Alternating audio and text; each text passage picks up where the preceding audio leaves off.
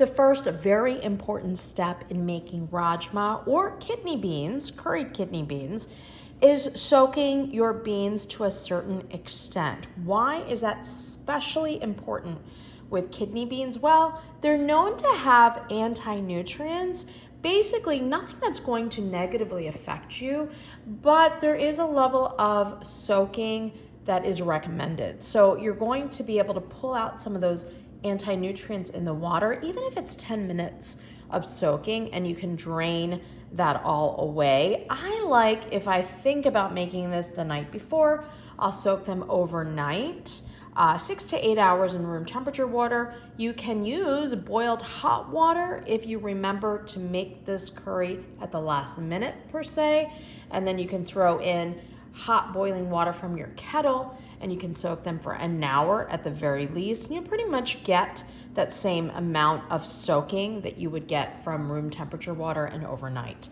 Now, what you want to do with this water is you don't want to cook with it. You want to drain it away and then give them a nice rinse with some fresh cold water, and then they are ready to go. Your kidney beans will essentially double. So this is 2 cups of kidney beans soaked, which will become about 4 cups of kidney beans, and then you're going to cook them and soften them up even more.